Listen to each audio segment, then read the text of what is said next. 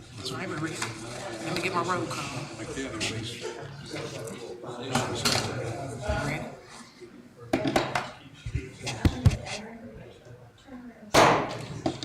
Good evening. We're gonna call our planning board meeting to order. At this time, we'll do the roll call. When you hear your name, please say here or raise your hand. Thomas Thompson. Present. Here. Yeah, present, I'm sorry. Tamara Lipscomb, present. I know, feel like I'm in school. William Roach. Here. Joe Towns. Here.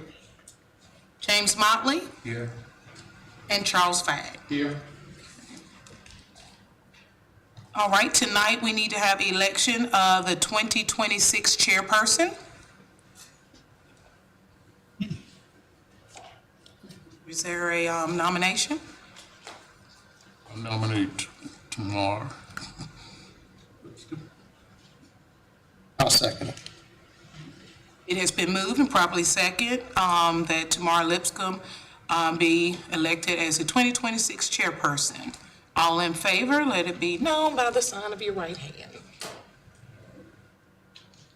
That's the majority. Thank you all. Thank you. Election of the 2026 vice chairperson. Can I get a nomination? Nominate Joe Townsend. I'll second that. All right. It has been moved and second that Joe Towns be our 2026 vice chair. All in favor, show your right hand. Any opposers? Seeing none, Mr. Joe Towns is our vice chair. Mr. Towns, let's- You gotta switch seats. Get your name back.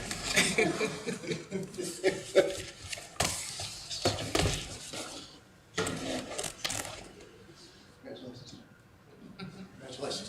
Thank you, thank you. Congratulations, Jeff. You too. Thank you.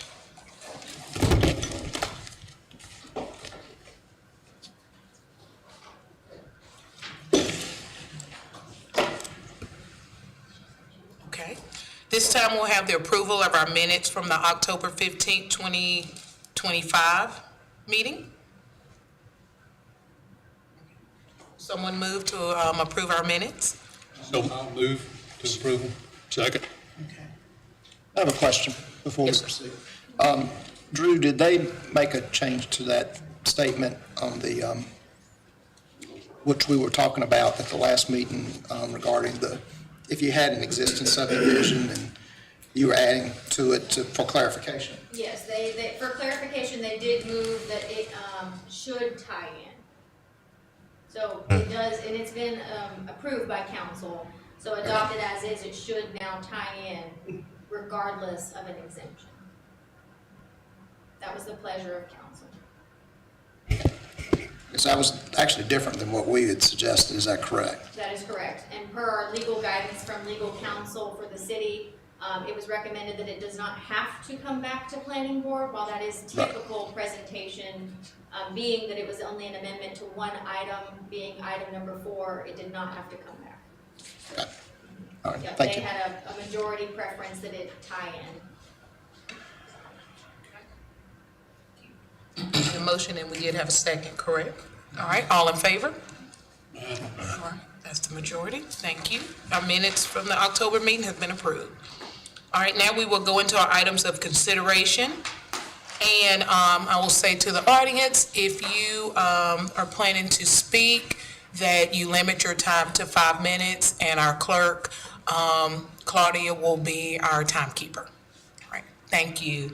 At this time, our first item of consideration, excuse me, is consideration of a conditional rezoning request for a property located on the corner of South Scale Street and Freeway Drive, Rockingham County parcel number 186630, to conditional zoning, highway business, CZHB, from a mixed designation of residential 20, R20, and highway business HB, docket number CZ 2026-01.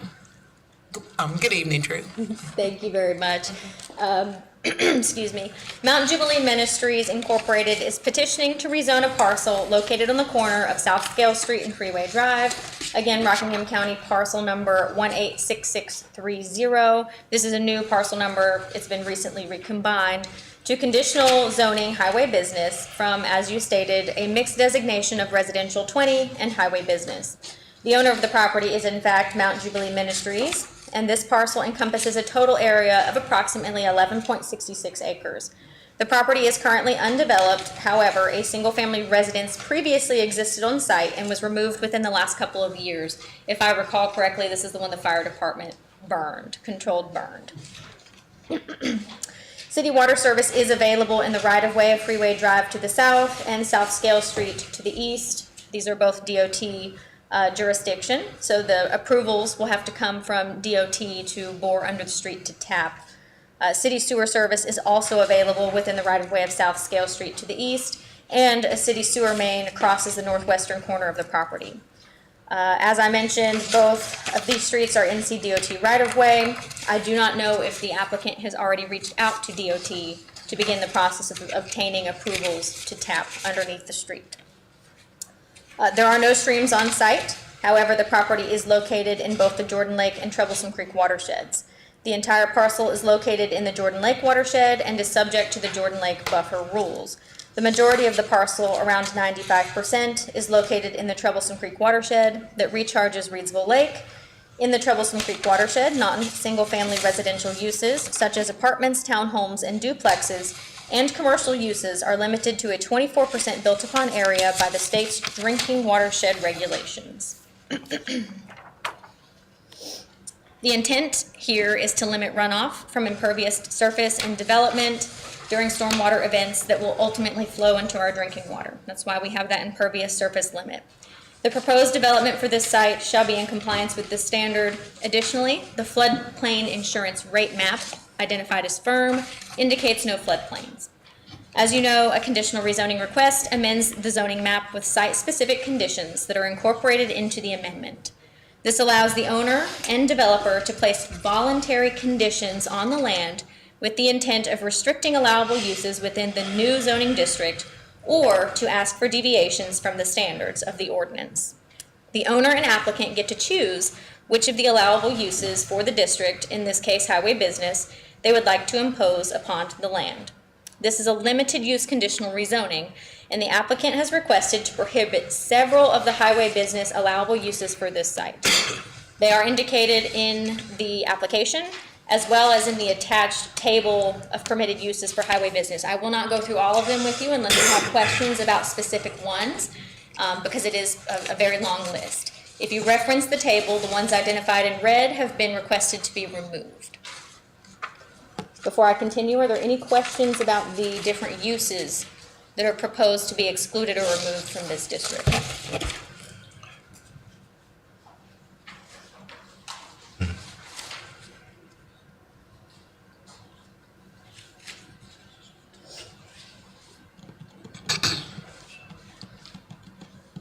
Question. Sure.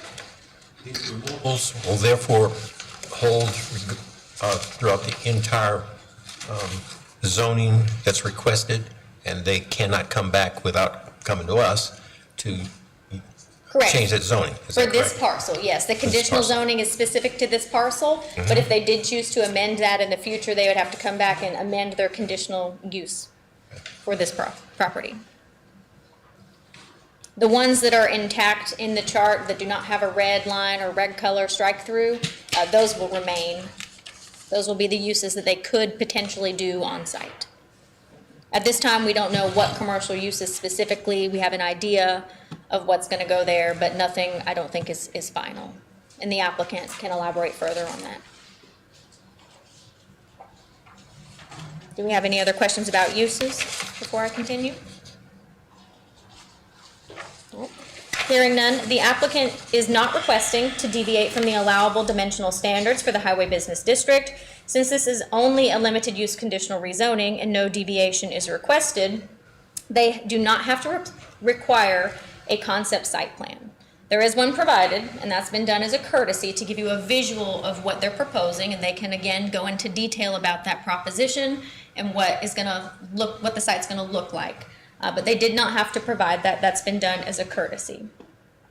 The proposed conditional rezoning aligns with goal number 2 of the Reidsville Land Development Plan to develop a strong local economy, as well as goal number 3, developing expanded housing options.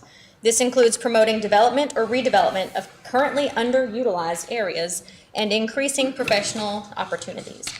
This property is located in Growth Management Area 3, which is classified as suburban, and Growth Management Area 3 surrounds the city center, primarily encompassing the areas to the south, north, and west of the city. GMA 3 is predominantly characterized by a mix of residential and commercial development or mixed-use development, and has ample vacant land available for new development. According to the Land Development Plan, GMA 3 provides an existing transportation network in place. I think that's evident. This is along 2 major thoroughfares for the city, Freeway Drive and Scale Street, as well as ample room to accommodate growth. Additionally, GMA 3 is suited for residential development and is located in close proximity to commercial, office, and industrial employment, as well as retail services. There is retail across the street, there's a school across the street, and then there's residential to what is the northwest, right behind the property. And then there's a church to the west. With this in mind, and considering the attached statement of reasonableness and consistency, the planning staff recommend the proposed conditional rezoning application be approved. And I'm happy to take any questions you have about the report. Please hold questions pertaining to this development for the applicant, as they will be able to provide you more clarity than I can. Are there any questions pertaining to the report?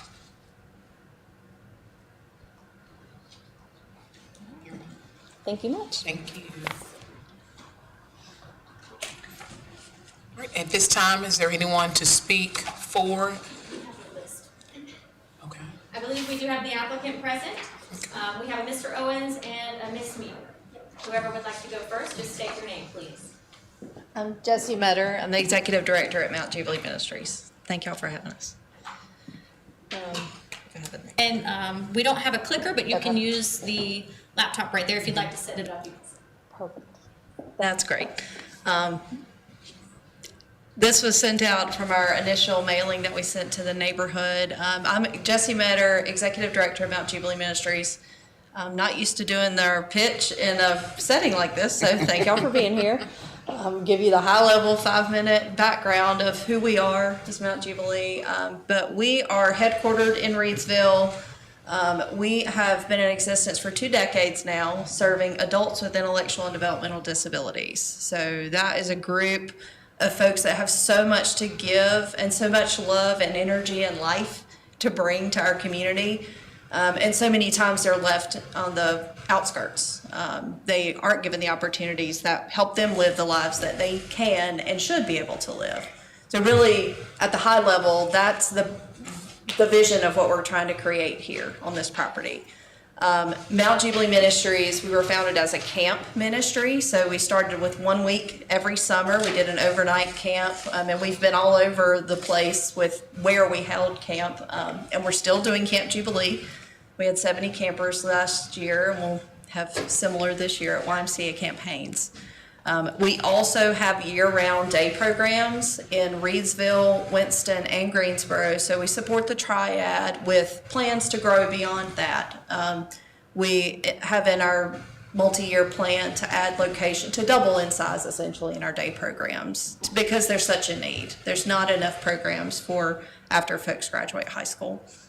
And, you know, we work on life skills, we do pre-vocational work, we go on field trips, volunteer opportunities, just really working on social networking, that really building that full life for them. The last and most recent piece of our vision has been the residential services, which we are piloting a service in Greensboro through a respite and residential home. So we're getting our feet under us in the residential realm to really provide a community for our folks. And that's really been part of the vision from the beginning. Our founder was a mom on a mission. She knew she was not going to be able to take care of her son for the rest of his life. You know, God willing, she was not going to be able to do that because he's going to outlive her. And as a Christ-based nonprofit, we are aimed at glorifying him in what we do through caring for these folks in the long run. So that piece of property there's details in front of you. It would be residential and a work, live, play kind of model, where we would want the community to come in that work side. There may be a retail shop, a coffee shop, some place for people to come together and get to know our population. In addition to that, it would be residential. So where there is a residential zoning there, like we will be providing residential services. It is very much a mixed use case, but that's the next step in our growth, and we're excited to do that here in Reidsville. What a blessing to be able to bring something like this to our small town when we also work in Greensboro and Winston. So we hope this is the first of what could be many, really across the state. So we look for it to be something replicable over time. 1 minute. Any other questions? And of course, the board may take their time asking. Okay. Good. I do have a Yes, sir. question. Currently, how many participants are in your program here in Reidsville? And how many do you anticipate in the future? In the future. In our day program, we serve around 18 throughout the year in our day program. From camp, we're at 70 campers, and I would say probably about a third of those are from Rockingham County. We would aim to serve 60 to 70 folks at the residential community. So with the residential part, is that going to be folks that live there permanently or just for the camping? This is permanent. It's This permanent. is permanent, so Yeah, we rent a space for camp, and we'll continue to do that. I got you. So y'all will be this is kind of like transition them so they can be kind of independent. Yes, living. yeah. The intent is for them to live the most independent life possible with the supports that they need. Excuse me. Yes, How sir. many with the residential, what's the ratio of staff to residents that That's you a- want to have here on site once you get the residential set up? That's a great question, and it all is dependent on exactly who's there. Some people need one-on-one care, and those people would have one-on-one care. Some people could have group care, but the most that would be in one home would be 3 people. Okay. Yeah. So it's not a group home, it's not a licensed group home, it's not that kind of environment. It is a traditional residential home. I was kind of looking at it from the safety side, the ratio, Yes. and, being from the fire department, I'm kind of thinking, if something goes on, Right. can these people, is there going to be somebody there to help them to get out into whatever the emergency arises? Yes, So, that's good. absolutely. So what's the difference in you and a group home? Number of people and really the environment and amount of independence. So you want people to live in the most independent place that they can live. And this provides more independence than a group home would. And how many are you planning to house at the residential? 60 to 70. Okay, wow. Well, I've heard good things about Mount Jubilee. Thank you. Absolutely. It's really unbelievable. Whew. I won't preach up here, but it's good stuff. A question. Have you gotten any pushback from the community at large based upon your, the presentation of the plan? Yeah, we did hold a neighborhood meeting. That wasn't part of the requirement, but of course, we want to be good neighbors, invite people to that conversation. And we only heard good things. And my comrade in arms here, Stephen Owens, he has data on who we invited and what that response looked like. But it was all positive during that meeting. Good, thank you. Not to say that none of the neighbors don't have unpositive feedback, but they didn't bring that to us. Yes, sir. I do have an additional question. The residential facilities, what form will they take? Will it be 4 people per unit per your proposed plan? It would be a max of 4 people per unit. That would be the support person and 3 participants? Yes. Okay. Yes, that would be the maximum.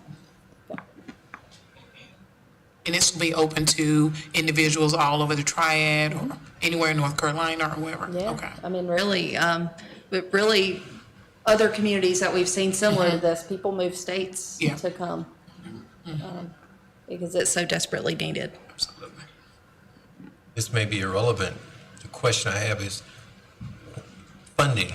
Is this something private funding, or do you have government support?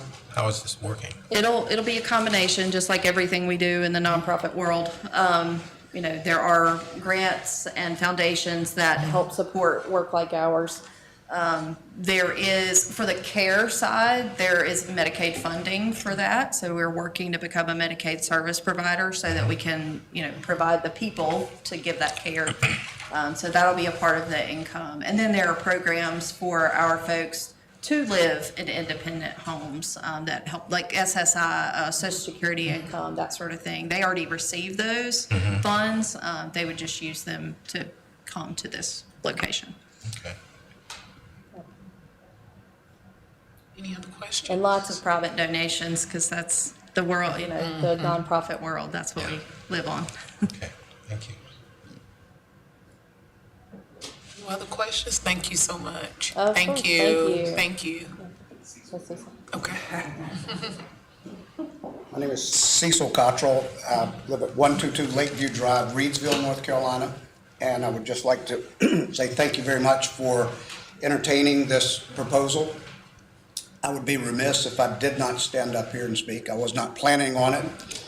Jesse did an amazing job. I can't imagine I would go to a public platform and not speak. Watch it. In November of 2015, I stood before, Miss Janice Bishop founded the organization 20 years ago. I began counseling at Camp Jubilee in year 3 or 4. The board came to me and asked if I would participate in the board, then asked if I would chair the board, and I said, only if we do more than 1 week of camp per year. And knowing the vision was residential, I stood before 200 people 10 years ago and said, Camp Jubilee is going to go from a camp ministry to a residential community. Not having, with a criminal justice degree and background, not having any idea how that might happen. As a cyclist, I rode all over the Piedmont, back before texting. It was safe. And I said, I wonder if it'll be here. I wonder if it'll be here. Winston, Guilford County, Rockingham County. No idea. We just laid it before the Lord. And as He and only He would have it, this property came open. It was the third property that we'd looked at. The door had closed on 2 others. And I knew where it was, and I was like, I don't even want to go look at it. I knew who owned it still. And I go out and I see Welcome to Reidsville sign in the front yard.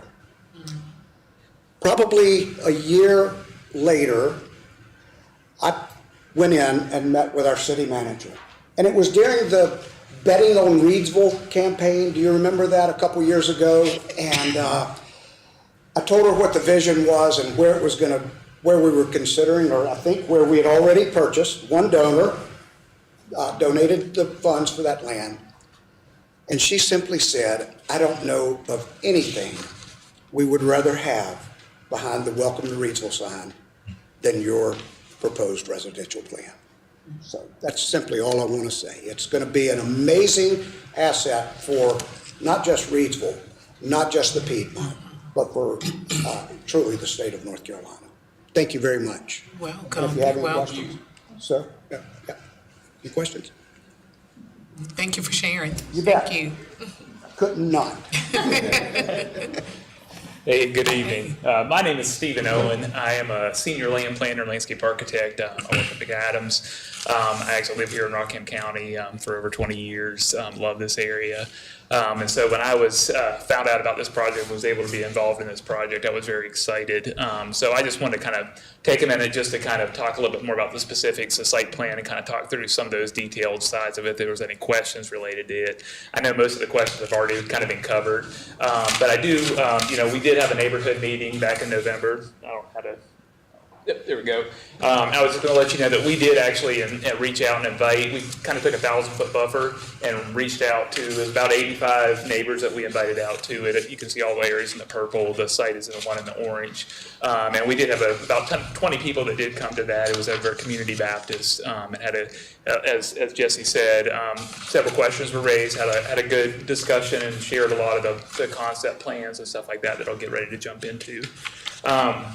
The other thing I was just going to kind of point out, we do have that list of the uses to be prohibited.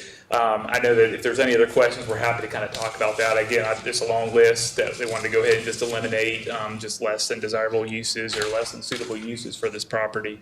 Wanted to kind of proactively kind of eliminate that. But then this was kind of the heart of what I wanted to kind of share with you or show. This is kind of the vision that we have for this. This is a concept plan. As we've kind of mentioned, there is kind of the residential components that you can kind of see on the, I don't even know how to describe it in here. It's on the west side of the site. And then there would be that kind of multi-use building that would be more of that kind of retail commercial opportunity, kind of this live-work community. And that's one of the really unique things about this. I mean, there's really nothing like this in this whole Triad area. And so this is really kind of a cutting edge opportunity to really have a wonderful kind of live-work development opportunity here for a community that so desperately needs it. And so if there's any questions about, kind of, again, this is a, I do just want to kind of add that this is, kind of the current vision, but as it goes through final engineering and some of the review processes, there may be some things that change. But this is the direction and the heart of what Mount Jubilee wants to see develop on this property.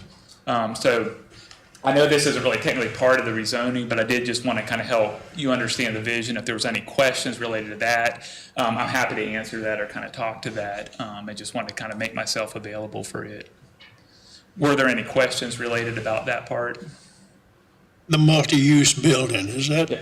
like dining facilities for the residents, or? At this point, the complete programming has not been completely determined, but it would be a mixture of opportunities for facilities for them to use, perhaps meeting spaces, gathering spaces, craft rooms, things like that, but also to have like perhaps a retail component, looking at maybe like a coffee shop, things that would be open to the public to come in, where they could actually kind of have a self-supportive kind of community atmosphere there as well.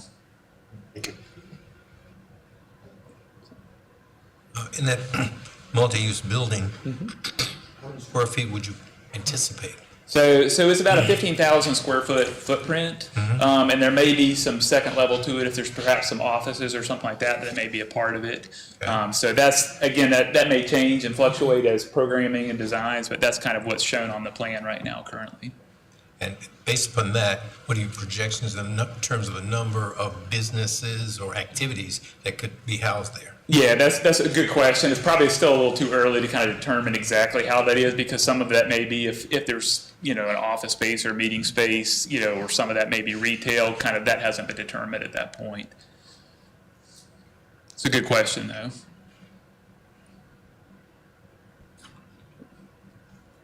Any other questions? One additional question, I'm Sure. sorry. Based upon your planning at this point, I'm sure you checked with DOT.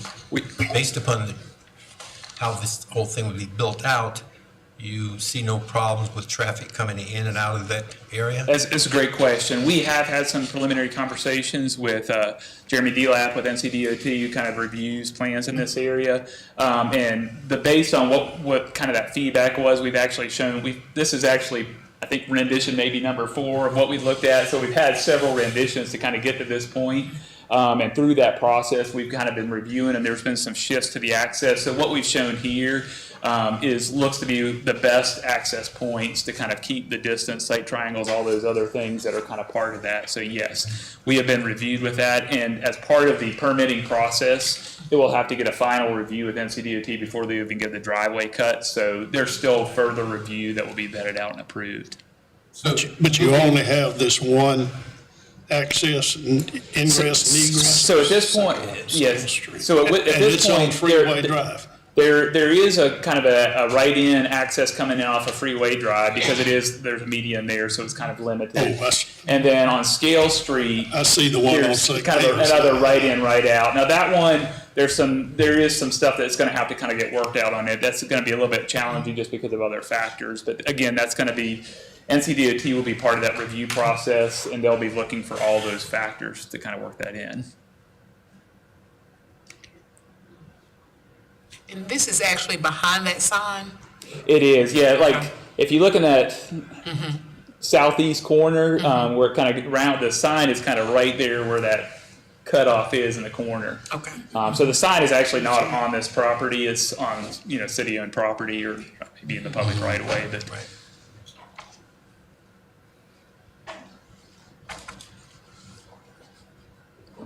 sure, absolutely. What's the planned development timeframe? So that's a good question. There's kind of a process that would have to go through once there's some funding schedules that will be part of the limiting factor, but once the entitlement zoning part of it kind of moves forward and is approved, then it would have to go into a kind of a construction document phase where we'd have to kind of do that, and it may be 6 to 8 months. So I don't know that it would exactly when that time frame is, but it would be at least probably a year out before anything would start kind of moving forward.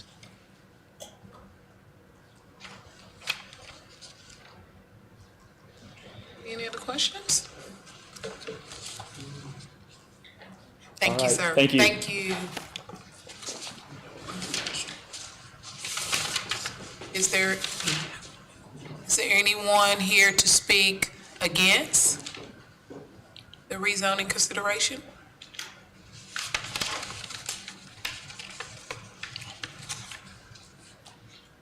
All right, hearing none, board discussion.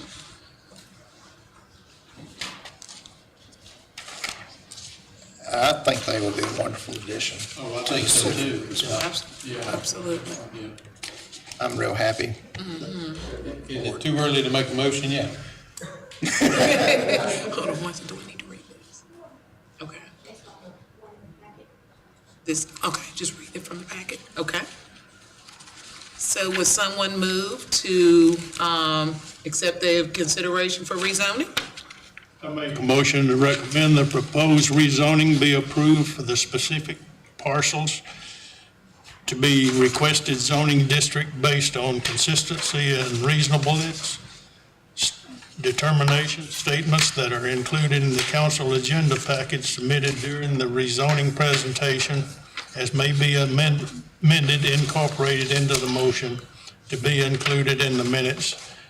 And it's number Z 2026-1. Okay, thank you. Second? Second. Okay. It has been moved and second, and so now we are ready for the vote. All in favor? Okay, that's the majority, no opposers. So the rezoning consideration has been recommended. All right, thank you. Good luck. Absolutely. All right. Our next item for consideration is of a rezoning request for 3 properties located on US Highway 158, Rockingham County parcel numbers 186523, 186524, and 186525. And this is docket number Z 2026-01. Drew. Thank you again. BMS Investment Properties LLC is petitioning to have an initial City of Reidsville zoning designation of Residential 20 or R20 assigned to 3 properties located on US Highway 158, Rockingham County parcel numbers, as you mentioned, 186523, 186524, and 186525. The owner of the property is BMS Investment Properties LLC. The owner is petitioning to voluntarily annex the parcels into the City of Reidsville corporate limit, and the property will require a City of Reidsville zoning designation upon annexation. The owner and applicant have submitted a petition for annexation and rezoning concurrently, with the understanding the zoning is contingent upon the approval of the annexation. And the first part of that, requesting the city clerk to begin the investigation process of the annexation, went to council this month. and they did move forward with that. They did not pull it from the consent agenda. So we are currently investigating the feasibility. This report tonight is just about the rezoning. I can answer some limited questions about the annexation portion, but we have not finished reviewing everything for that yet. It will be heard at council next month. But if you have questions about that, we can address those at the end as well. This report really only addresses the rezoning portion. So the parcels encompass a total combined area of 3.441 acres, approximately an acre and a little bit for each parcel. The land is currently zoned with a Rockingham County designation of residential agricultural and is undeveloped.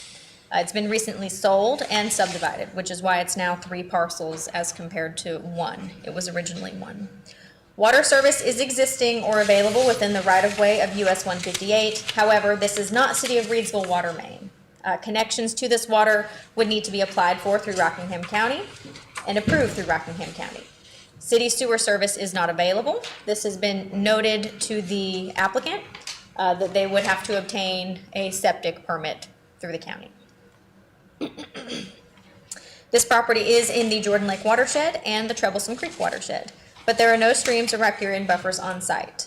The floodplain insurance rate map, identified as firm, indicates no floodplains.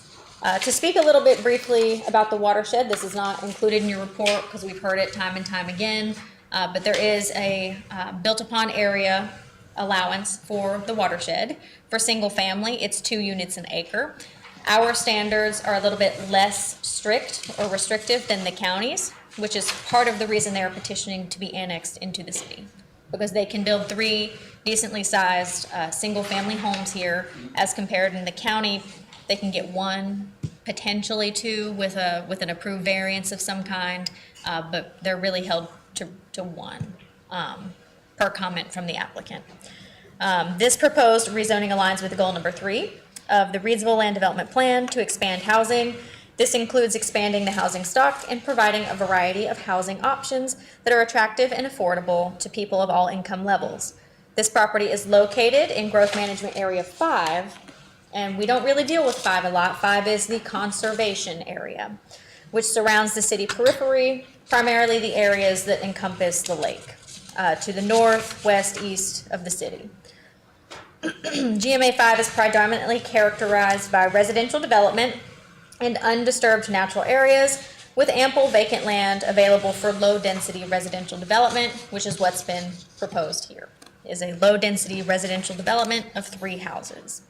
With GMA 5, protecting and preserving the watershed and reducing stormwater runoff is a priority.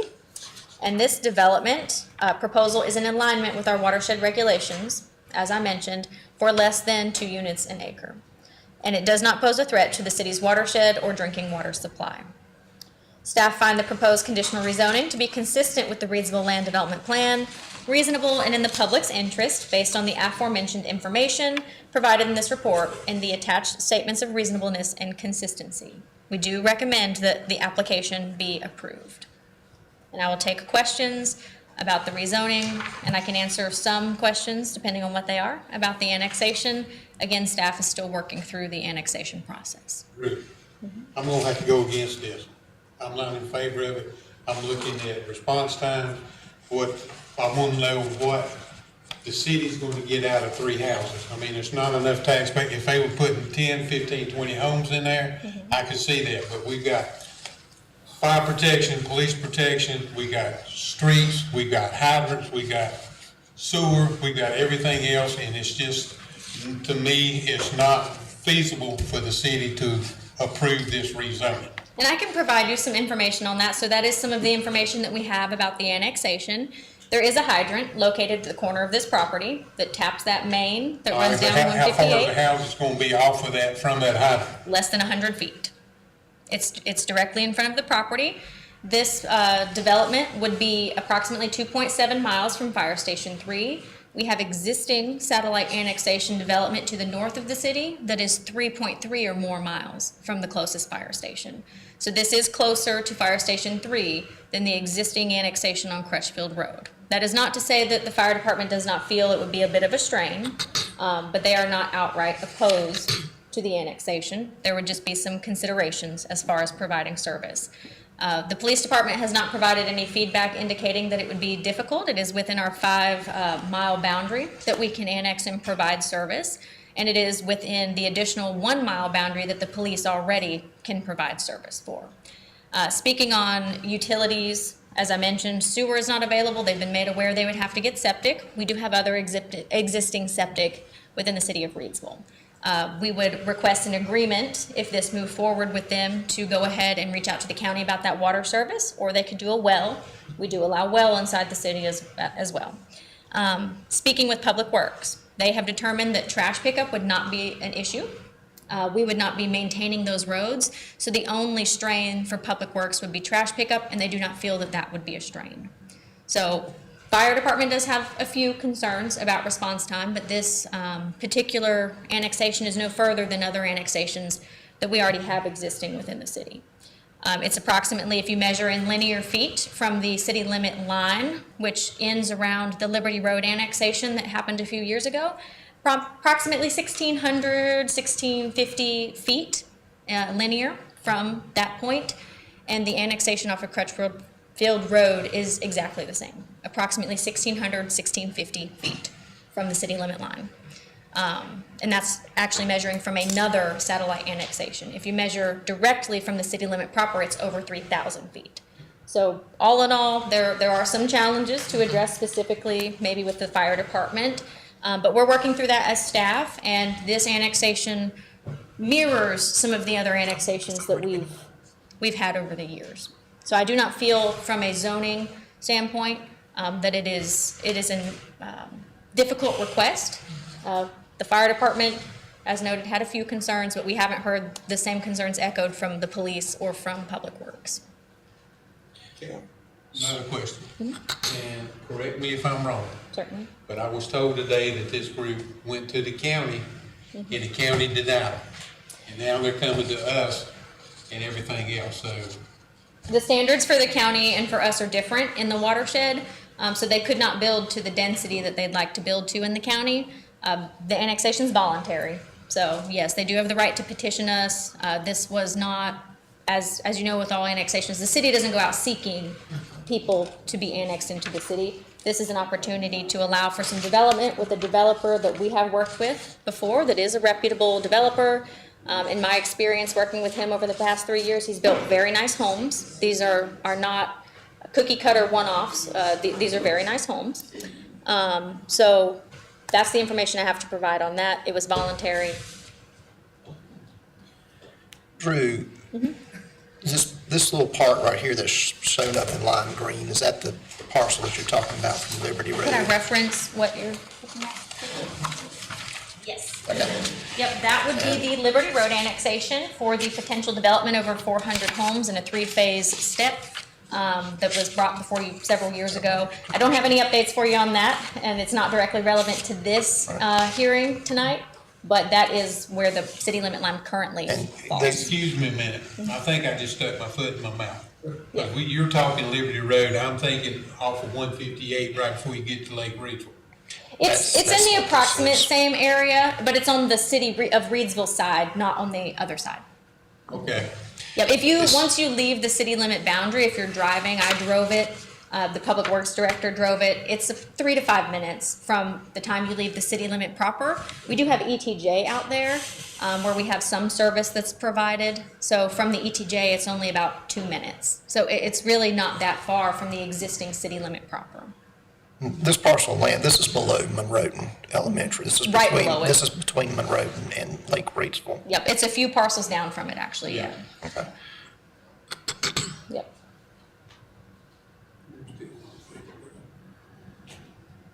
You mentioned that access was about 1,600 feet. A couple of instances. That's less than a third of a mile. That's in linear feet, Linear so that's feet. measured not across roadways or Right. travel ways. That's directly measured as a beeline from the nearest city Right. limit line. Okay. In miles from the city limit, it's less than 2. From the nearest fire station, it's 2.7. Okay. You're excluding Lake Reidsville from that, because Lake Reidsville's. Yes, I technically did not part of the include city Lake limits. Reidsville. If I wanted to measure from Lake Reidsville, we're talking like 300 feet. So I did not include Lake Reidsville. That's not there's not housing out there, there's not services on the lake, so I'm not measuring from Lake Reidsville. That is correct.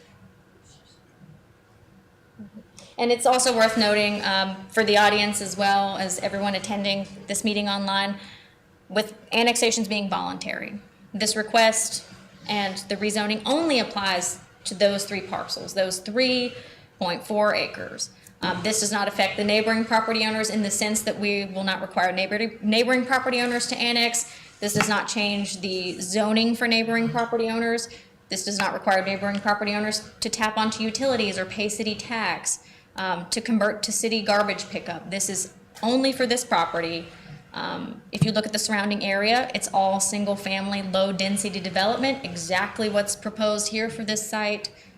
It's, in our opinion, in alignment with what's in the surrounding area. There have been some concerns over the years that I feel like may come up, and I'll be transparent and address them with you now, that the city annexes, small satellite annexations all around our jurisdiction, and it's a little piecemealed together. Back when we used to do non-voluntary annexations, I cannot speak for the city's reasoning as to why they chose to annex some parcels. But as far as these parcels and the ones you heard just a couple months ago, where there were annexations involved, it's all for the potential development. These are people wanting to bring houses into the city of Reidsville. It might not be a significant tax base increase, but it is an increase nonetheless. We do have to provide some service out there. But in speaking with the other departments here in the city, it does not appear to be a significant strain. There will be some challenges to address, but nothing that is a hard no. What'd you say about density, as far as how many houses? It's only 3. Okay. It's a very small 3-acre parcel. It was divided recently into 3 1-acre, 1.1 acre parcels. Being that it's in the watershed, they wouldn't be able to develop it at the density that they want to in the county. So they're looking to come here. They can get the 3 houses. That's all they can get. That's all there will ever be on this parcel. That is maxing out the density for what they're wanting to do based on the way that they're laying out these parcels. They would not be able to squeeze another one in there. And go ahead. North Carolina, the state of North Carolina no longer allows cities to involuntary annex, is that correct? Correct. In essence, yes. There's a process for that, but it is really arduous. not feasible. Right. Yeah. So when I say that involuntary annexation doesn't exist anymore, it's not feasible for the city to do so. Yep. So every annexation you hear, or you don't hear them, but that you hear of, and every rezoning that accompanies an annexation, it is voluntary. We've talked to the applicant for one reason or another. Either staff suggests you might want to pursue an annexation, or they come to us and they say, we're interested in annexation. We have internal processes for that we're working through, and then there are external processes as well. One other thing that I know has been mentioned with some of the people who have called and asked about this, and some of the people that I've even spoken to tonight before the meeting began, is about the runoff. Currently, this site is wooded. There is I don't know if it's an established retention pond, but a retention pond type feature on site. It's my understanding that where they're looking to develop on this site would leave that alone. That is in the back of the parcel, towards the back, and that's where currently it is a somewhat sloping, slightly flat, somewhat sloping property where the runoff goes towards that retention pond. It's my understanding that would remain.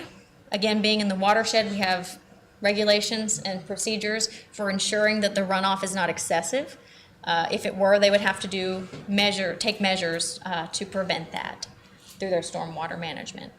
So we don't see any issues with the stormwater, not as it's been proposed. Are there any other questions? I'm happy to continue to elaborate.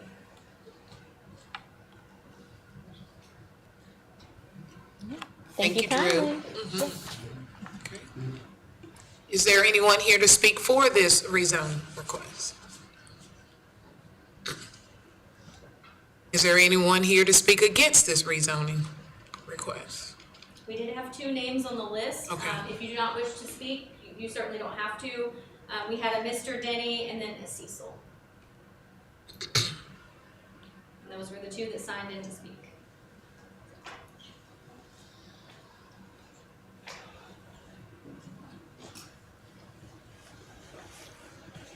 I live on the 7 acres between this property and the city lake.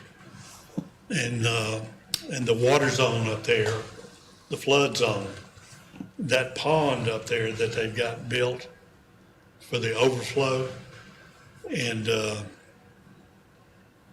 I don't see how you could build a house between that pond and the upper end that attaches to the big 92-acre farm behind it. So it would have to be out there on the highway. And the concern that me and my other neighbor, he lives on the other side of the property. Some of you, if you're old enough to remember the Do Drop-In Grill, that's where he lives. And right behind that. And of course, the flood zone is the problem that we see. How would you build a house in there when you're only about 400 feet maybe from the highway to where that pond is at? How would you build 3 houses there? And that was the only concern I've got. And I think the Suttons agree with what I'm saying.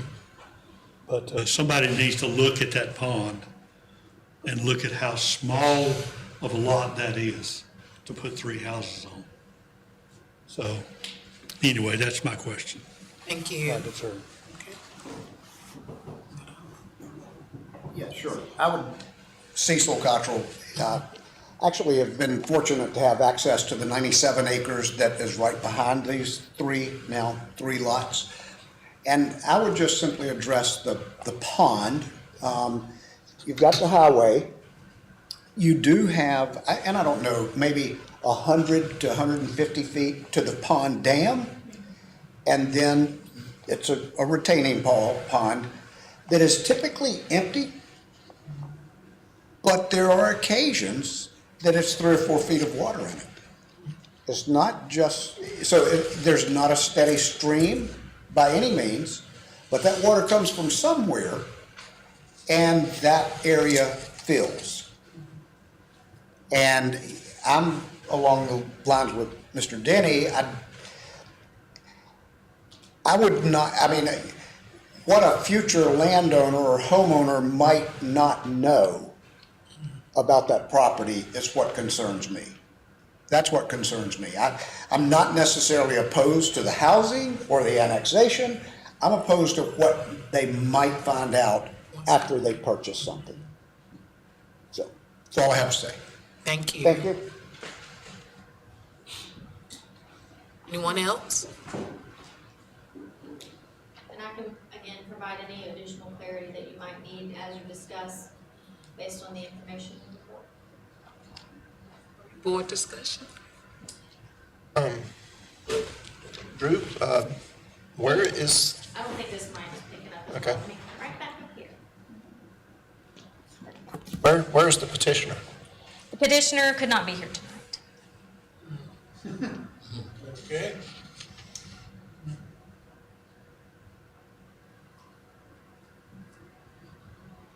But if you have specific questions, I can try to answer them for you. You did say earlier this property is not considered in a floodplain. It is not in Right. the floodplain. But as far as a pond goes, or retention pond, you don't have to be in a floodplain to. That is In that correct. type of situation. Yep, the retention pond is more so due to, from my understanding, the watershed and the proximity to the lake. Obviously, around the lake, there will be fluctuating levels, high and low levels. And with rain and runoff into the lake, you do have water that flows across these neighboring properties that abut the lake into the water body. That retention pond, again, it's my understanding they don't plan to do anything with that. There was a couple of different distances thrown around is not the word, were provided, regarding from the road edge to the pond. It is a couple of 100 feet. In the city of Reidsville, for this particular zoning district, you have a front yard setback of about 30 feet-ish, and a rear yard setback 30 to 40 feet. So that's about 70 feet. In reality, you could have a house that's 100 feet long and still not approach the dam. So there is a consideration of that as well. That if they were to build to the setback standards within the city of Reidsville, unless this were a massive structure, each of these houses were a massive structure, you would still have approximately 40 to 100 feet between the rear of the developed portion of the property and the retention pond. That's typical. So just a for what we thought, see. you know, yes, in the city it's 30 feet. But you're talking about Highway 158 here. You're talking about a major artery. 30 feet prudent for a developer to, They can certainly set it back further. They don't have to stop at 30 feet. They can certainly set it back further. And I do believe, based on measurements that we have taken from GIS, which are approximate, within 5 or so feet, that the structure next door, I believe it was referenced, I don't have the name of that structure, but it is approximately 40, 50 feet from the roadway, or from the right-of-way. So I would assume they would set it back about the same, which still leaves you with 50, 80 feet from the dam, depending on the size of the structure again. And it's my understanding, not to put words in the developer's mouth, but these would be moderately sized homes. So, the dam actually would face the house. It wouldn't face away, like down into the, down I'm towards the not lake. entirely sure of the orientation of how it fronts. I haven't been on site for the property, but from GIS aerials, it does look like it would be visible from the house. It's an earthen dam, Right. so it's not a man-made Right. structure, impervious structure. So why was the developer, what was their reason for not being here tonight? I do not know. I mean, they knew the meeting was here. They received the letter as well. I don't know. I don't know. Seems like to me if he was that concerned about doing it, somebody with his company would have showed up to speak. I can't speak for him as to why. And I understand that, but the other question I've got, if this goes, do we have any idea of what kind of tax base the city's gonna draw off of this property concerning what we're putting into it? I do not know at this time. I'll be honest with you, I'm not on the financial side of things. And I understand that. And I understand assume that. it would have something to do with the structure that's placed there. But I don't have any numbers for you at this time. And I don't know what the property will sell for either. I don't know what it will be assessed at upon completion of the project.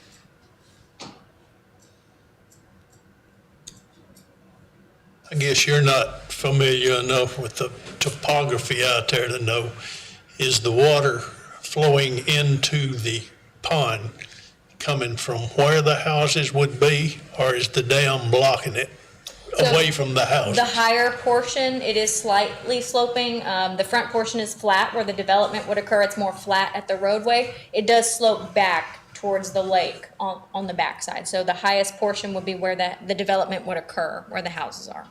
Thank you. And then it would slope back away from the house towards the lake. Thank you. And that's where the dam's positioned, back away a few hundred feet, a couple hundred feet to the lake.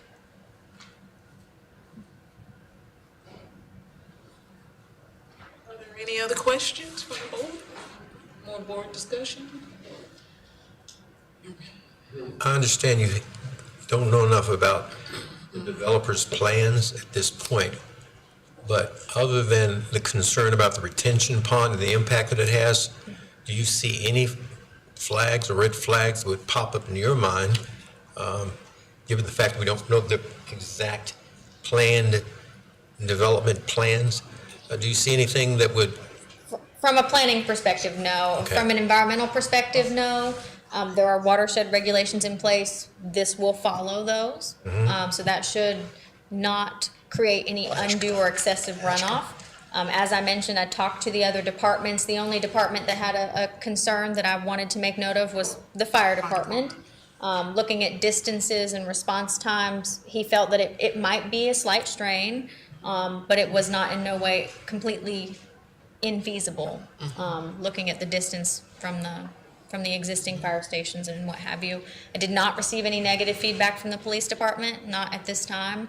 And Public Works was in full support. They do not see an issue with providing trash service out there. So, Drew, would it be possible for us to table this or maybe add it to next month when the developer can come? You certainly could. I can't speak to his availability if he would attend at a later date or not. The annexation will be heard at council. Okay. It's preferable to have a rezoning Recommendation. accompany the adoption or the annexation of a property. While we can have a slight delay if it were to be tabled, and then the annexation were to be approved, and then for some reason this were to be denied from council, we would end up in a situation where we have a property that's on a shot clock essentially to receive a city of Reidsville zoning, or it could remain without rezoning and they could do whatever they'd like out there, Okay. is how that would work. So. Hold on, run that by me again. So we're on a shot clock. When something is annexed, I couldn't give you the exact number of days, but we have a small window to assign it a City of Reidsville zoning designation. If we fail to do so within that window, it remains without a zoning designation, which means our ordinance standards would not apply to that property. So what you're saying is if the city says, yes, we'll annex it, how many days do we have to assign? How many days do we have to assign a zoning? I don't know the specific number. I want to say it's 90 at most, but that is to get through the entire process again, speaking with the applicant, having them resubmit everything, bringing it to you, and then taking it to council, which is typically a 60-day process. So in theory, you could table it once, and it might not be a problem, but I wouldn't be certain of that. If we deny a zoning request, how does that affect the annexation? They would have to start back over and seek a new zoning. Before they can be annexed? Or No, the annexation happens first. So the annexation, That is the risk that the city runs. You annex something, then you don't assign it a zoning designation, and then it does not have to comply with any of the standards in our ordinance. So you're saying if we vote to deny this request, that's it? I mean, they. No, well, you just provide a the recommendation. city could still Then the annex council it. can override. You're not hearing the annexation, yeah, you're just hearing the rezoning request. So the annexation will go to council regardless of your decision tonight. And again, your decision on this is a recommendation to council based on the evidence that you've heard. Now, if council decided to deny the rezoning request, then we would start that shot clock to redo the entire process and assign it something. And that's the risk that the city runs in annexing things and having advisory boards and council review these things. If the rezoning is not approved, we start the process again to assign it something. And then you're really in a situation where you take what you get or you don't get authority over it. So basically what you're saying, we can give a recommendation for rezoning. Or not, you Or can not. not. Well, let's say we give a recommendation. Then city council has the option of, yes, we will annex, or no, we will not annex. Correct. If the city says we will not annex, This dies. basically this dies. This is what you're dies. saying. Yep. And what you're saying is if the city does annex, then our recommendation of having it at the lowest housing density is what will be presented to them for Correct. approval. Yes, and I'm presenting it at the lowest Lowest. possible density. That's for all the- It complies with the watershed regulations. There are some concerns. We will work with them to make sure they're in That's for all compliance. the evils. But that's essentially how the process works, and it's a little bit, Excuse me, y'all. Contradictory. Hold on, she's speaking. Okay. no, you're fine. I apologize. It's a little bit contradictory. I know it can be kind of difficult to explain and even more difficult to understand sometimes. But with the annexation process, that's how it works. You have a certain number of days to assign something. We assign something, this being the lowest possible density in compliance with everything else that's in the area. This is lower density than what you're gonna see at Liberty Road when that development ultimately happens. If you don't assign something, if council doesn't assign something, you gotta figure it out. If we say no, and then no zoning is assigned to it, as you said, anything Anything. could be built there, Because such it'll be a as, non-existent district. such as a dump, Anything. industrial. Anything could go there. Now, they'll still have to comply with the watershed standards because Right. that'll come from the state. But as far as our zoning regulations go, we would have no authority to dictate what goes there. It could be commercial, This It can this be is a department. us giving us a chance to assign it something. This is what you're giving saying. you a chance to look at what has been proposed, which we've been kind enough to share with you. For a straight rezoning, we didn't have to say what was gonna go there, but the applicant was comfortable with it, we were comfortable with it. This is giving you a chance to see what's gonna go there potentially and decide if you want to assign it this lowest possible density zoning district, or if you don't, and council doesn't, we can start that clock if they choose to annex it and bring it back with another recommendation, but there's nothing lower density that I would be able to present to you. This is So- the lowest density. So the best protection for the adjacent property owners would be for us to approve it. That would be a decision for you to make. I mean, I can't speak on that. we know what's going there, otherwise you don't. Right. Staff has tried to be very transparent with the process. The applicant's been very transparent with the process, telling us what's gonna go there, what their plans are. I won't say that it's 100% ideal for again, all departments or all parties involved, but considering the request for annexation and really the growth of the city, you see the city growing to the west. If there are to be future annexations, we've seen over the years that they're coming from the west. They're coming around the lake. It's where we're getting the large housing developments. We've had Gibbs Lake Road over there recently, you heard last Just did year. that one. We've got Ashcroft developments, plenty coming that way. Park Place expansions, Liberty Road, whenever that kicks off. That's the side of the city that we're seeing the growth. So while this is a satellite annexation now, 10, 15 years from now, it very well may be within the proper city limit. That is where the growth is happening, to the west. All right, thank you, Drew, so much. Thank you again. To those We've had- that spoke, probably your concerns should be addressed with city council. That's probably where your proper course of concern.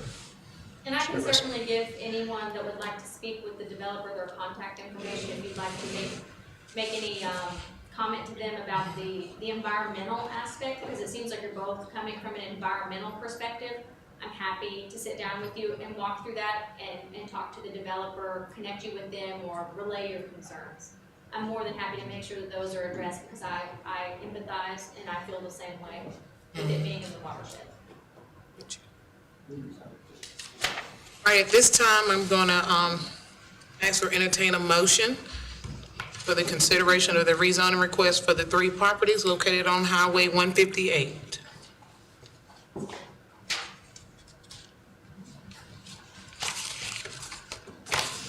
I'll make a motion to recommend that the proposal amendment case Z 2026-01 be denied. Is there a second?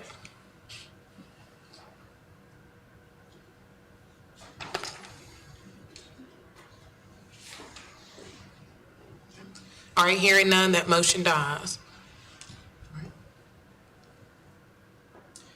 Can I get a motion to approve the consideration for rezoning requests for the 3 properties located on US Highway 158? Chairman, I'll make a motion to recommend the proposed rezoning be approved for the specified parcels to the requested zoning district based upon the consistency and reasonableness determination statements that are included in the council agenda packet, submitted during the rezoning presentation, and as may be amended, incorporated into the motion to be included in the minutes. Second. All right, it's been moved in second. It's time to vote. All in favor? Right hand. Any opposers? All right, thank you. All right, the rezoning request has been recommended. All right, thank you. Our last item of consideration is of a text amendment request to amend Article Number 3, Section 8 of the Reidsville zoning ordinance to include new standards for clear gutter, docket number T 2025-07. Sorry, Drew. Thank you again. Last one for tonight. I know it's been a long one. And you've probably heard quite a bit about this one in the community. So please, any questions that you may have, I'm happy to walk through the process. We've engaged in a lot of conversation with council, conversation with staff, and other members of the public as well. about this policy. So we can certainly walk through any questions you have. Staff has been asked to review and amend the City of Reidsville's current clear-cutting policy, which is located in our Reidsville zoning ordinance. As our city continues to grow and develop, it is essential that our land management practices balance economic development with environmental stewardship, community well-being, and long-term sustainability growth goals. The newly proposed policy is divided into 3 sections, and we will walk through it step by step to make sure that you have absolute clarity on the issue. Section 1 outlines the general requirements to obtain a clear-cutting permit from staff and is in line with our existing provisions, providing several existing exemptions from the clear-cutting standard. Section 2 provides provisions for clear-cutting of residential properties, outlining a new exemption for clear-cut properties that are developed within 3 years of permit issuance. And Section 3 provides provisions for clear-cutting of commercial and industrial properties, specifically those that abut residential, providing an exemption for clear-cutting of properties that are developed within 5 years of permit issuance. Section 4 is carried over from our existing policy and outlines the violation procedure for properties that are clear-cut without staff approval or the issuance of a clear-cutting permit. And now we will walk through the sections. If at any point you have a question about a section, please stop me. I will be more than happy to address them individually. So back to Section 1, general requirements. This is what's existing. We mirrored what's already existing. This is in compliance with the current ordinance.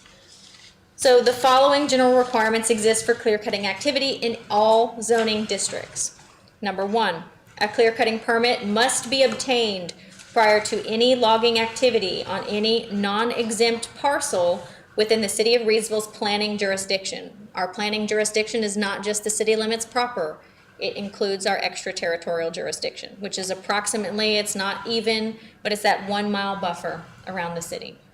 What would be an exempt parcel? We're getting, I'm sorry. I'm sorry. you're fine, you're certainly fine. That's a great question. There's several things that are considered exempt. So prior to the issuance of a clear-cutting permit, the applicant must present all required documentation or permits from the North Carolina Department of Environmental Quality for review by the City of Reidsville planning staff. This is going to be your erosion control to make sure that specifically if you have properties in the watershed or something, that they have proper erosion control measures. Number 3 is the required tree buffer zone shall not exceed 20% of the tract acreage, net of public road right-of-ways, and any required conservation easements. So keep that in mind. Even where a buffer is required, and this is how it currently is, 20% of the total tract acreage is the maximum amount that we can make up the buffer. So if you have a really large parcel, that's a more significant amount. But if you have a smaller parcel, that's a very insignificant amount. You might only have to do a buffer on one part of the property. Number 4, perimeter buffer zones that adjoin public road right-of-ways shall be measured from the edge of the public road right-of-way. Perimeter buffer zones that adjoin private roadways shall be measured from the property line. Number 5, properties in which the total acreage, this is one of the exemptions, prior to the original adoption of this ordinance, which is, I believe, 2006, which is 2 acres or less, are exempt from the requirement of this ordinance. So you have a 2-acre parcel, 1-acre parcel, 1.8-acre parcel, it's exempt. Number 6, a survey of individual trees is not a requirement of this ordinance. So we would not require anybody to go in with the forestry service or a private party and survey the trees. This ordinance will not deny reasonable access into and within the subject property. What that means is they can still have an access road cut through a property. That doesn't classify as logging activity for the purpose of accessing and utilizing their property. And then number 8, this is the other exemption. Forestry activity on property that is taxed on the basis of its present use value as agricultural, horticultural, or forest land under Article 12 of Chapter 105 of the North Carolina General Statutes, and forestry activity that is conducted in accordance with a forestry management plan prepared or approved by a forester registered pursuant to Chapter 89B of the North Carolina General Statutes are hereby excluded from the requirements of this section. To put all of that into a much more digestible format, if it's under a forestry management program, whether it's under Article 12 of Chapter 105 or from a private registered forester, it doesn't have to meet these standards. Okay, this is where we get into the new stuff. So Section 2 of this amendment is for residential properties.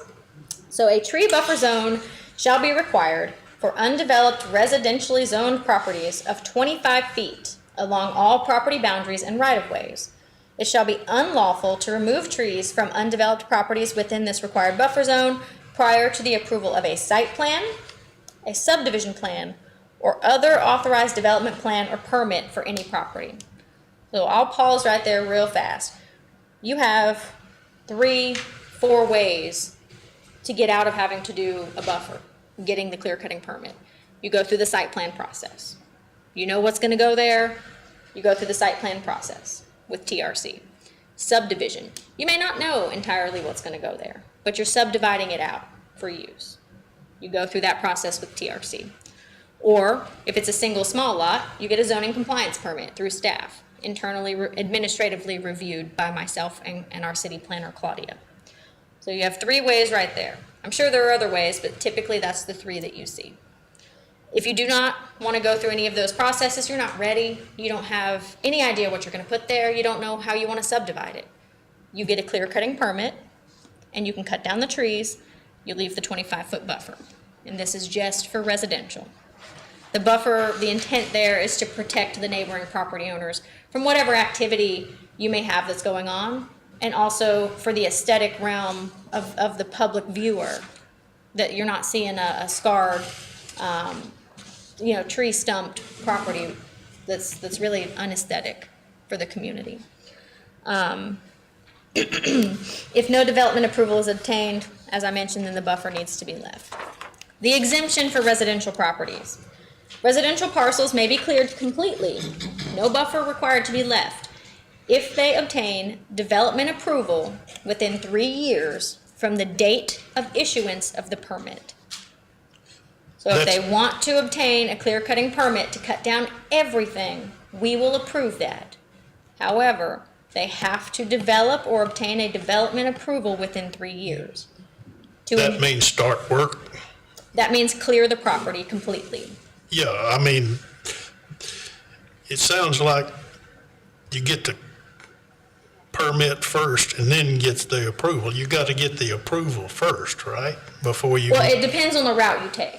So if you go the site plan approval route, subdivision approval route, you do not have to get a clear cutting permit, because once you have your approval, you can clear it all. You don't have to get a clear cutting permit. The clear cutting permit comes into play when you don't know what you want to do. You know you want the trees gone, but you don't know what you want to put there. You don't know how you want to divide it up, what that's going to look like. You want to get it site ready, as people in the community have called it.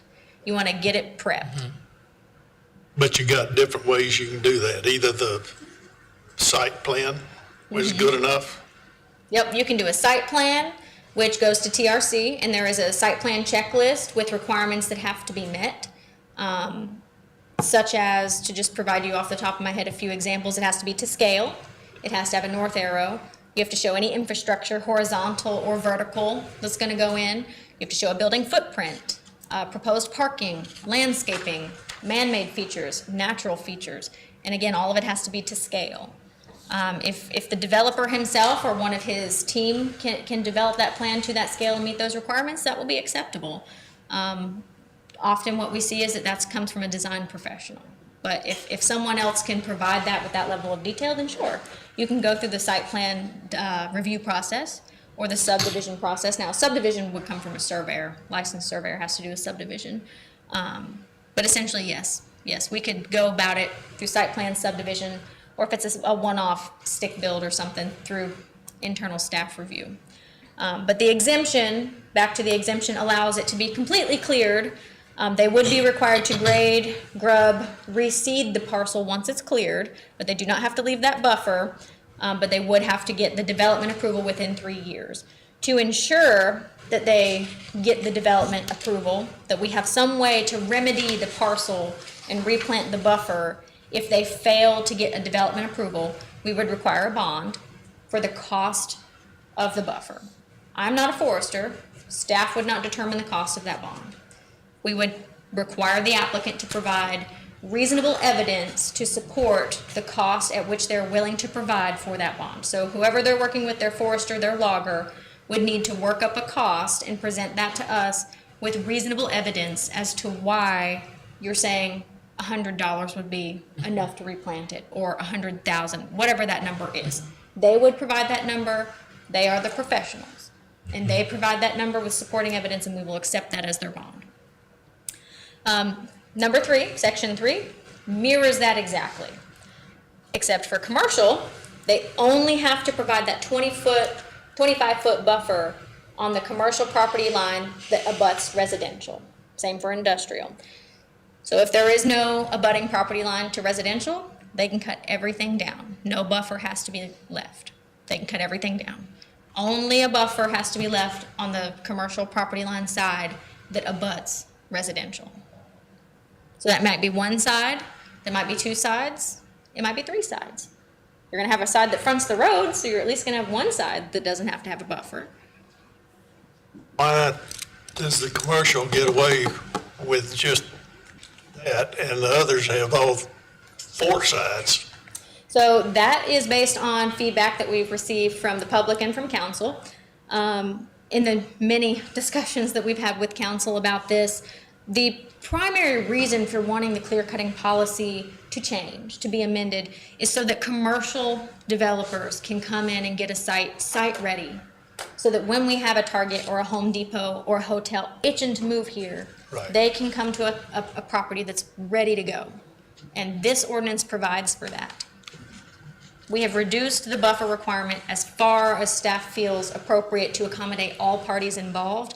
The concerns regarding the buffer have all been from residential property owners who feel that when properties are cleared adjacent to them and they're cleared to the property line, it damages their quality of life. They were there first, they have this expectation of privacy, and the buffer provides privacy. But again, it gets back to aesthetics as well. There are some environmental concerns. The buffer, depending on where the property is located, may help to alleviate stormwater runoff. As we've heard tonight, that's a concern in the community. So the buffer can play several parts. I guess my question is on the residential, if it's abutting a road, That speaks to the aesthetic need that the community has expressed to us. So that you don't have, again, a massive cleared parcel where development is not occurring actively that you're seeing from the road. It's the commercial properties that it's been expressed to us from the development community. They have a desire to clear on the road frontage side so that they can market it. I'm assuming you're talking about logging, there's environmental stuff that they have to follow, is that correct? Certainly, yes. Under those general requirements in Section 1, that's where, prior to the issuance of a clear cutting permit, the applicant must present all required documentation and/or permits from the North Carolina Department of Environmental Quality for review by staff. So I can't get into the detail of everything that the state requires. I don't work for the state. But we have local regulations. It's okay. Don't worry about that. No Don't get worries. cut off. We've all got lives outside of here. It's okay. But yeah, so the state has their requirements for erosion control, stormwater, things like that, and that's reviewed by the state, and it will meet the state standard. We have the local responsibility as a delegated authority to enforce the watershed rules. So we will have environmental concerns that we will enforce depending on where the property is located, if it falls in one of those regions or if it's in a floodplain, and then the state has theirs. And we required that as number 2 so that staff can ensure that they have the proper documents from DEQ. And that recommendation to include that language comes straight from DEQ. DEQ said that it is in our best interest, for the city's sake, to require copies of those documents before we approve anything. So we are requiring that. Certainly. So back to commercial property. That buffer is only required on that residential side if there is a residential side. And the exemption stands exactly the same. They could clear the entire parcel, leave no buffer at all, if they got a development approval within 5 years. We went with 5 years for commercial. We understand sometimes it takes a little bit longer to find a commercial developer or business that might be interested. There's a lot of moving parts with commercial, not to say there aren't with residential, but there are a lot of moving parts. So we provided that exemption. Again, a bond would be required. The developer would get to determine what that bond is within reason, providing evidence to support their claim of what that amount would be.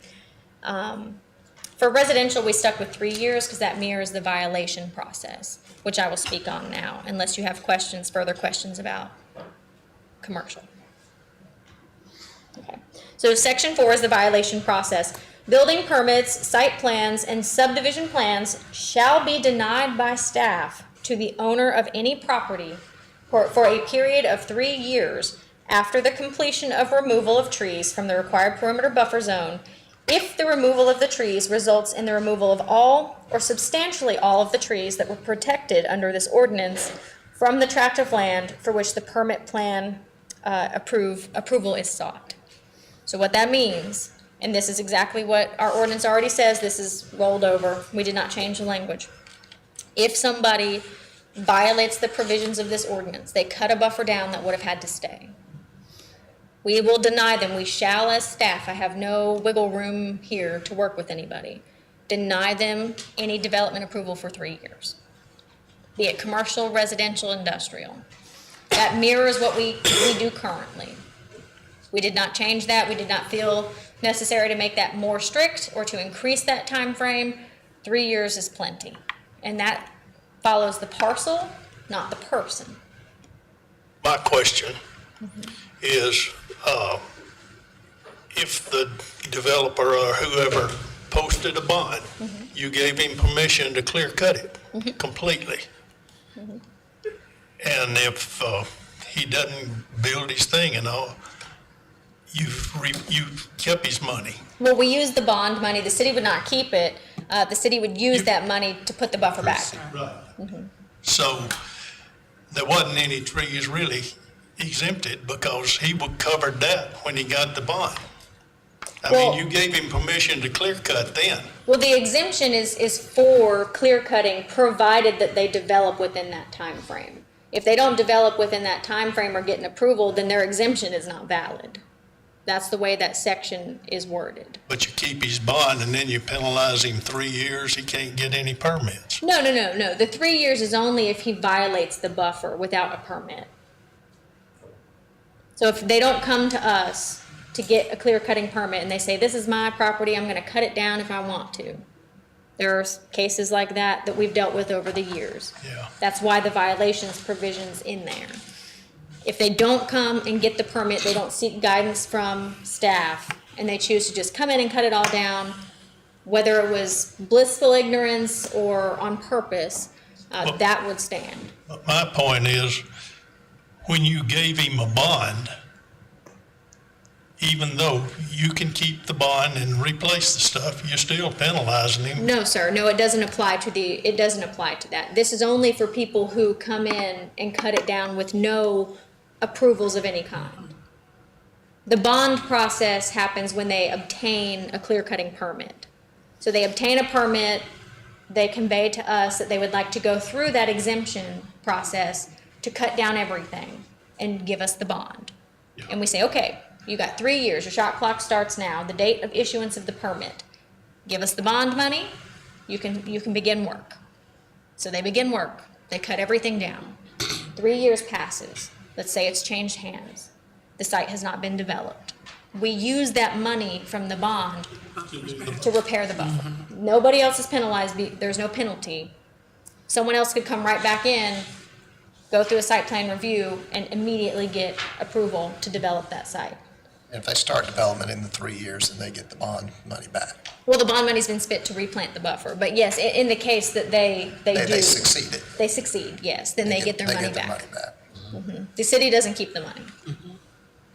And that's just an effort to be aware of the fact that with marketing, sometimes you need to cut everything down. Sometimes you have a entity on the cusp of signing a contract with you, and you're just not quite there yet. You know it's gonna happen, closing takes time, what have you, and you wanna go ahead and get it site ready, but you know it's gonna happen. You're confident it's gonna happen, and you wanna go ahead and do everything, then that's fine. If they get their development approval within 30 days of giving us the bond, we give the bond right back. We don't keep it for 3 years. As soon as they get their development approval, we give it back. So we're not interested in keeping anybody's money.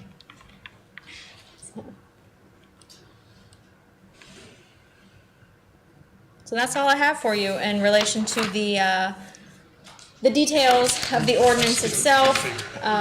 As I mentioned, it was originally adopted in 2006. After considerable input from the local community, council heard it at the time and decided to implement a clear-cutting policy. So this has been 20 years in the making that this policy's been in existence, and that there has been support from the community to have a policy like this. We are relaxing it significantly. Right now, we require a 50-foot buffer, 25-foot in some places, but generally speaking, a 50-foot buffer. For apparent environmental and aesthetic reasons, the public petitioned staff to keep some buffer for residential areas. Staff asked that the board consider the proposed policy amendment and provide us with direction on which course of action we should pursue. Do you like the amendment as it's been provided? Do you have concerns with the amendment as it's been provided? Again, you make a recommendation, and then this goes to council for consideration. So now is the time to recommend any sort of changes to the policy that you might feel are unjust.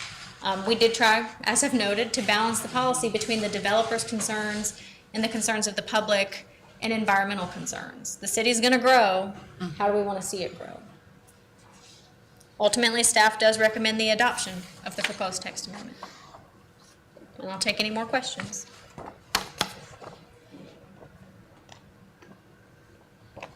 So for residential properties, 25 foot, All all sides. sides, including the side that faces the road.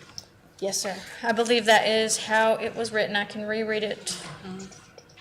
It says Yep. all property boundaries and right of ways. All property boundaries and right-of-ways, yes, sir. We did not provide an exemption for public or versus private right-of-ways, just all right-of-ways.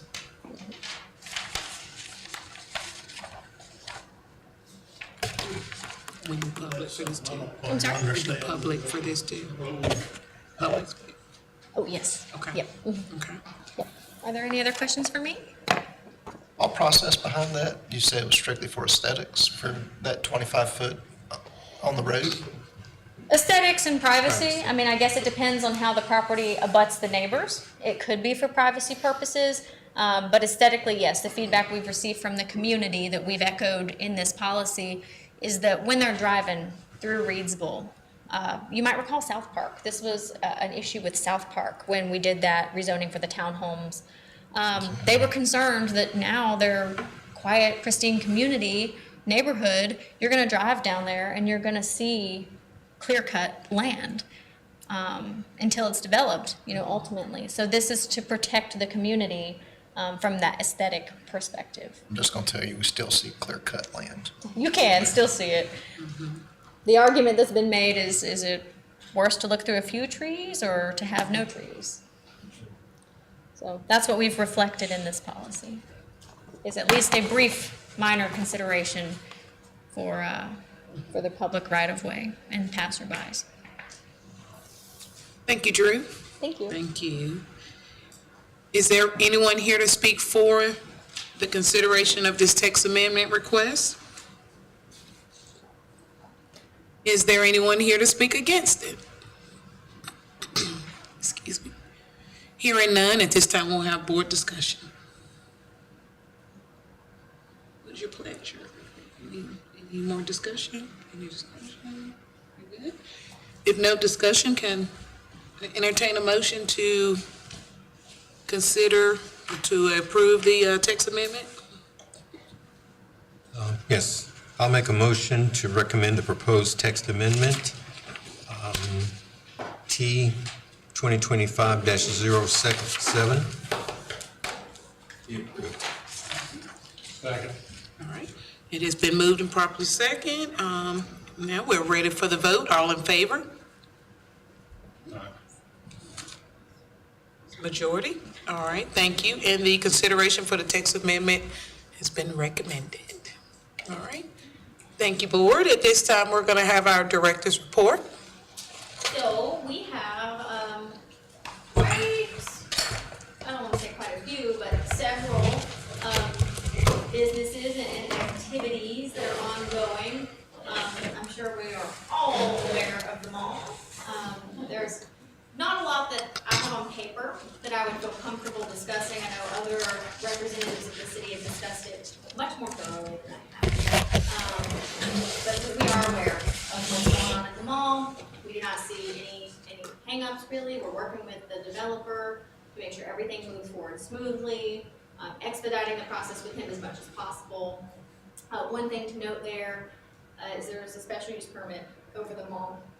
Excuse me, and you may recall, when we started doing the UDO stuff a few, I don't know, years ago now, 2 years ago, it was noted by our consultant how quasi-judicial items such as special use permits are supposed to be decided in the hearing in which they are heard. And that ultimately at the adoption of the UDO, special use permits will not come before this board unless they go directly to Board of Adjustment, and that's where they're decided final decision. Otherwise, it'll just go to council. So heeding that advice and legal advice that we've received, if an amendment to the special use permit for the mall happens, it will not come before you. It will go directly to council. While the UDO has not been adopted yet, that is the legal process that we should be following. And our ordinance has it coming to you guys, but the deciding body is council. So we will, in an effort to keep everything transparent and legal, in line with the general statute of 160D, well, it'll go straight to council. I just want to be clear with you guys about that, so that we're not trying to cut you out of the decision-making process. But your recommendation on a quasi-judicial item, where ultimately I'm presenting outside evidence that's not heard at the meeting where the decision is made, is a violation. So you will not hear if we make amendments to the special use permit for the mall as development progresses, you will not hear it. If there's a text amendment regarding the special use permit standards, you will hear it. So we'll put that on your radar. But the amendment to the permit itself, you will not, because that is quasi-judicial. So that is there. Lots of retail activity, restaurant activity are centered around the mall. I do not want to divulge too many details, but what's been shared with me is that it is active. You're gonna see the revitalization of that mall, and it looks very exciting. Existing businesses, new businesses, businesses that have been closed for a while. So staff's excited. We're ready to work with the developer to make it happen. In other news, there are a few things going on downtown. We've had some inquiries about some businesses in and around the downtown area. And I did want to mention a new team member that we have. If you want to stand up for a second, Robin. Some of you may know her. This is Mrs. Robin Yant. She is a blessing. She was your Main Street manager downtown, so she's worked with quite a few of you. She has come to us as our new representative for customer service, and she will serve as your clerk for the board. Transitioning to allow Claudia to do a little bit more presenting as we go forward. But Robin is part of our team now, and we are so thrilled that we were able to snag her. So thrilled. She's got a few more years with the city, looking forward to her retirement, but she's got a few more years, and we are so happy to have her bring her knowledge and her skills and her relationships with the downtown community to our department. So we just wanted to introduce her. Absolutely. You'll see her face here going forward. Welcome aboard. Welcome. Robin has helped me so much in the past, so welcome to planning. We love her. So, Absolutely. that's really all I have for you. The mall's been the big thing on our radar, trying to move forward, and of course these policies, clear cutting, curb and gutter, you know, curb and gutter when last month one was approved with minor deviations. But yeah, we're seeing that development activity kick back up now that we're kind of through the holiday. Right.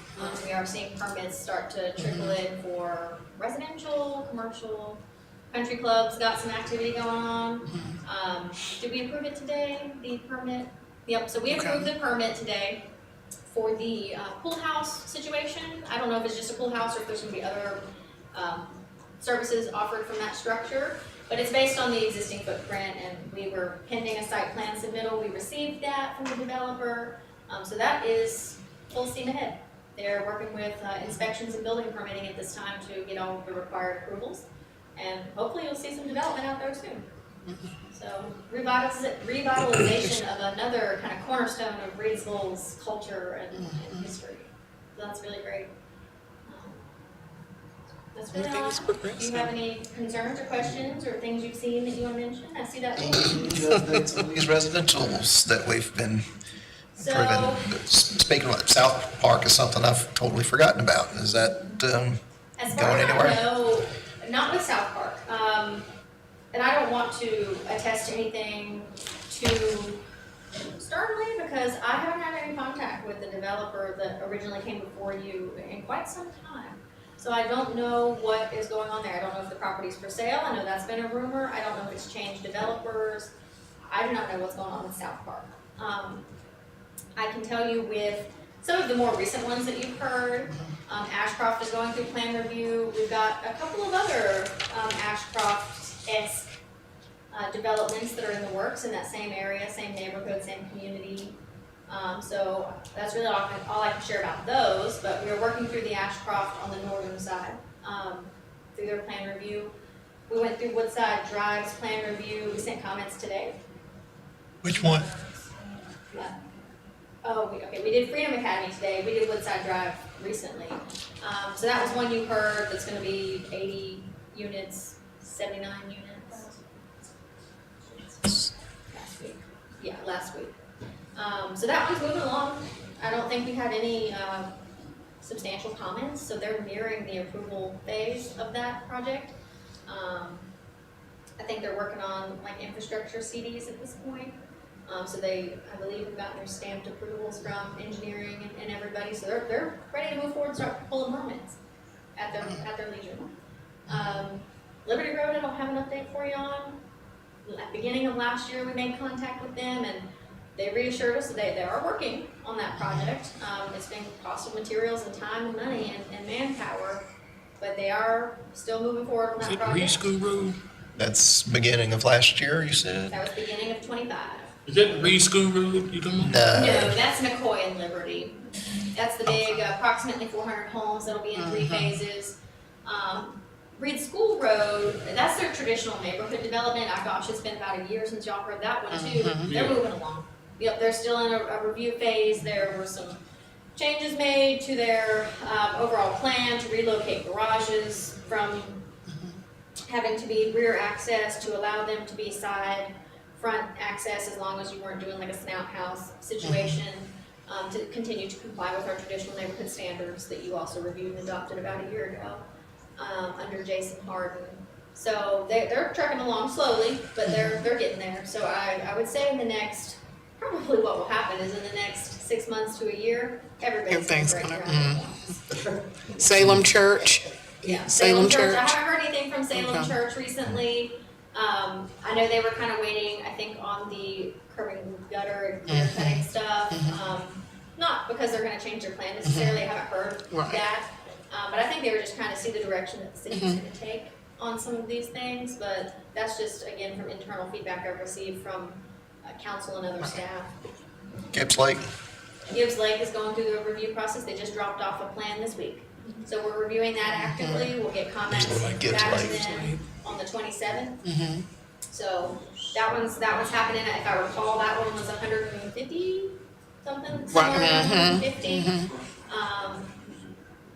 So yeah, we've got quite a lot of activity that's going on, and with just 2 staff, we're just working through the Busy. review process on everything. And last but not least, the Popeyes. I was excited. I was so excited for Popeyes, but I haven't heard anything about Popeyes. They went through the subdivision, through the out parcel. I don't know if they ever recorded it, but I know I signed it. And, Okay. they've got everything they need from us. They can go out there and break ground. I don't know. I don't Any more know. restaurants, period? Any more restaurants? As far as new restaurants, nothing on paper that I can share with you. I would continue to look at them all. That's what I would do. I would continue to look at them all and the other properties on the out parcel area of the mall. I know we have some great investment opportunity if you're interested in some of our places downtown. I don't know where our economic developer and his team are at with it, but Cafe 99 still vacant. Yeah, I know. There's been some interest in adding some kitchen space or potential rental space for like food trucks and stuff Yeah, downtown. yeah. I don't really know where those conversations landed. There's a path forward, but it might not be a direct path for some of these different ventures. So, Oh, be good. yeah. Was there a?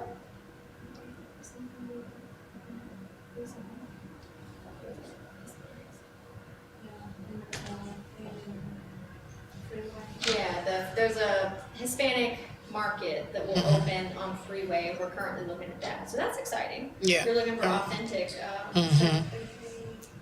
Yes, I think it's in the Libby Hill. Yeah, I remember you said that last month. I mentioned that a while back, but it'll be like a bakery, a meat market, fresh goods, handmade goods and consumables.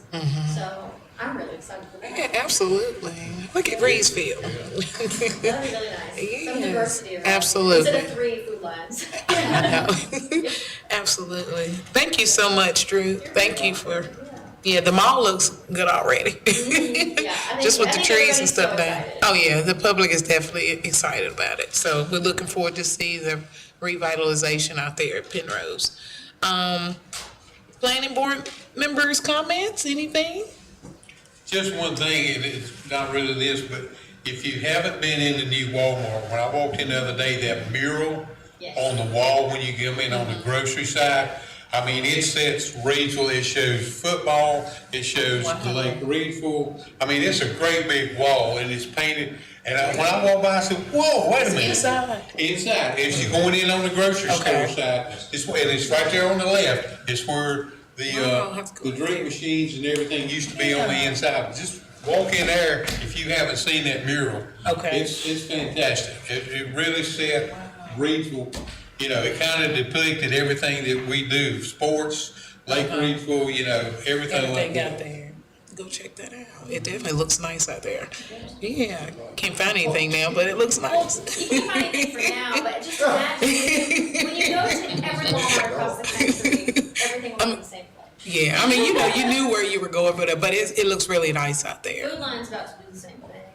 Oh, okay. All Food Line stores are being, and this is from someone that works at Food Line, so this is not from staff permits that we've received or anything. But Food Line's going through a similar update, rebrand process, so be prepared. Prepare for that. Did Dunkin' Donuts open up yet? I don't know. I know okay, not yet. I saw that they have their menu. Yeah, they and have stuff everything up, and they've now. got like everything in there, the tables and the chairs. Yeah. What's that, huh? The Dunkin' There's at gone. Walmart, inside the Walmart. The Dunkin' Donuts in Walmart. They've already put it up. Everything's there. They're ready to go. I don't know. I guess they need to hire some people. Yeah. But I could use a nice coffee. I know. Oh. The grocery store coming to Reidsville anytime soon. Other than the Mercado, no. Yeah. No, I mean, I like nothing shopping. that I've I heard. like shopping at Food Line, but it's. We got Walmart, Food Line, and Lowe's Foods. I don't like shopping at certain days and certain times. Right. You probably won't like shopping it this week. With all the, I know. I'm going after here. Yeah, so go get your bread and your That's eggs and right, your milk, that's all the right. perishables, you know. Right. Yeah. Yeah, just so your power can go That's out. it. That's Yeah. right. I know the city's doing a lot, and our lovely In the new, preparation. Public Works Director, he is prepping for the snow, and if you didn't catch him on the news, find that clip and watch it back. The race is great. But yeah, we're prepping, the city's exactly working to prepare for whatever 1 to 1,000 inches we may get. this Wow. weekend. Wow. Well, thank you, board, for all you do, and thank you for being here. So at this time, would someone move to adjourn this meeting? Move to adjourn. All right, all in favor? All right. Meeting adjourned.